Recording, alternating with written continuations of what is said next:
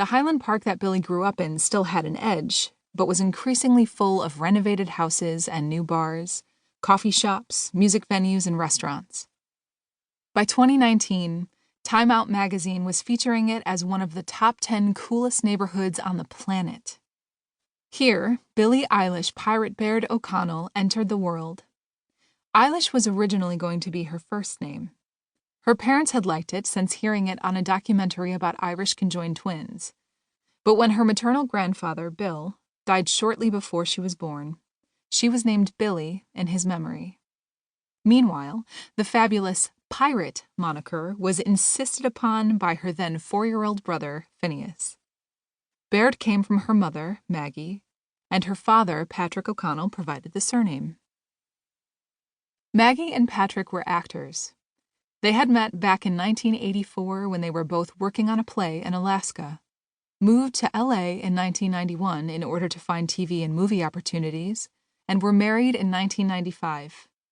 They were clearly talented. Both had performed on Broadway in New York, but show business is a tough world.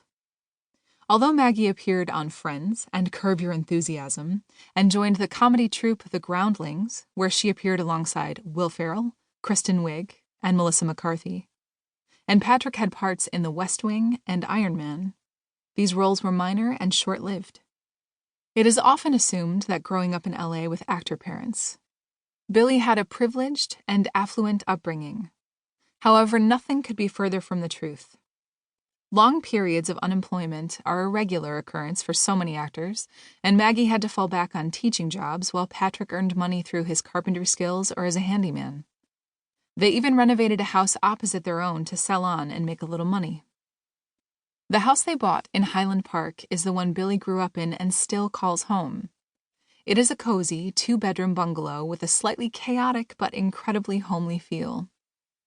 Paintings, art created by members of the family, photographs and handwritten notes adorn the walls. The shelves creak with books, and musical instruments lie everywhere. The house has 3 pianos, including a grand piano that Patrick managed to find for free online. Outside, the yard has a handmade treehouse, a tire swing, and a patch of grass. Everything a young child might need.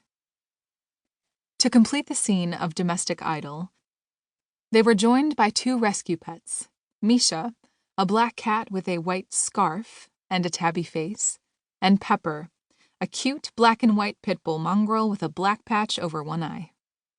Pepper can be seen alongside Billie in many photographs, and seems particularly fond of licking her face.